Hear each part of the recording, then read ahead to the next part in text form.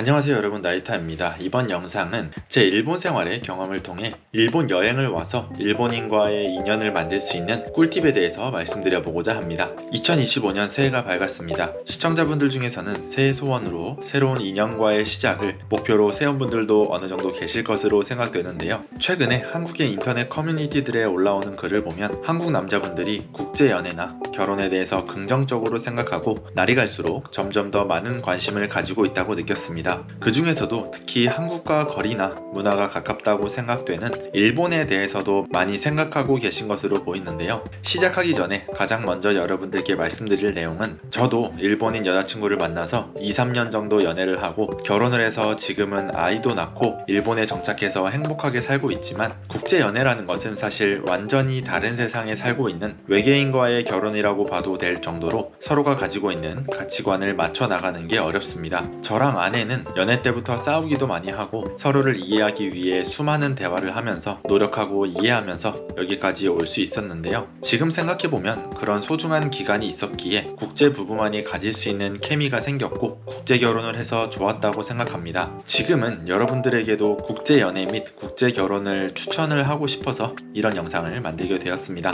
국제 연애나 결혼은 이겨내야 할 장애물들이 많아서 한 발짝도 떼지 못하는 소심한 분들을 위해 제가 한 커뮤니티에서 가져온 아주 따끈따끈한 한 한국 여자분의 연애관 영상을 보고 가도록 하겠습니다. 우리나라 기사를 보면요, 데이트 폭력으로 여자가 죽었다는 기사가 하루도 빠짐없이 나와요. 끔찍한 세상에서 연애가 하고 싶겠냐고 살해당할 가능성을 낮추고 있는 거예요. 데이트 폭력을 당할 가능성을 감수하면서 연애를 할 이유가 있냐고 굳이 덕질이 몇천 배 낫다고 봐요. 그 아이돌한테 살해당할 일은 없잖아요. 남자를 사귀어 본 적이 있냐? 한 번도 없습니다. 자, 이제 국내 연애보다 국제 연애가 괜찮을지도 라는 생각이 드셨으면 바로 시작해 보겠습니다.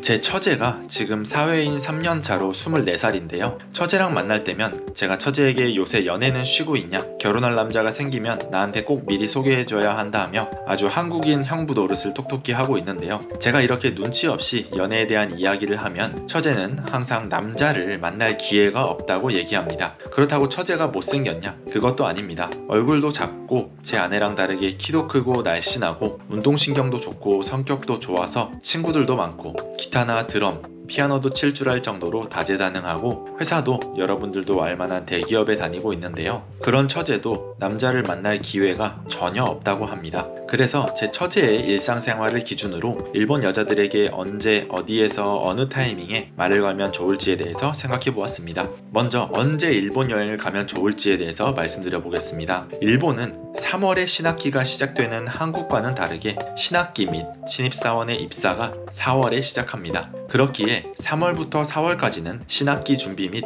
신학기에 대한 적응 기간이므로 추천드리지 않습니다. 또 4월 말에서 5월 초에는 골든위크라는 일본의 공휴일이 많은 기간이 있는데요. 이 기간에 일본 사람들은 친구나 연인보다는 대부분 가족과 시간을 보내기에 추천드리지 않습니다. 마찬가지로 9월도 하반기가 시작되므로 8월과 9월은 추천드리기 어렵고 12월 말에서 1월 초는 역시 신년을 가족과 보내기 위해 고향으로 귀성하는 분들이 많기에 추천드리지 않습니다. 그럼 언제가 여행하기 가장 좋은지 말씀드리면 2월과 6월, 10월, 11월이 제 일본 생활의 경험상 일정도 널널하고 날씨가 춥지도 덥지도 않기에 가장 추천드린다고 할 수 있겠습니다. 자, 다음은 어디를 가는 것이 좋을까요? 여러분들은 일본 여행을 오셔서 인연을 만들고 싶으시다면 어디를 가야 한다고 생각하시나요? 나유타님, 당연히 헌팅을 할 수 있는 이자카야나 한인타운 같이 한국 남자가 인기 있는 곳이 아닌가요? 라고 하실 분들이 많을 것 같지만 아닙니다. 여러분께서도 한국에서도 숱한 경험을 하셨겠지만 일본에서도 헌팅 포차나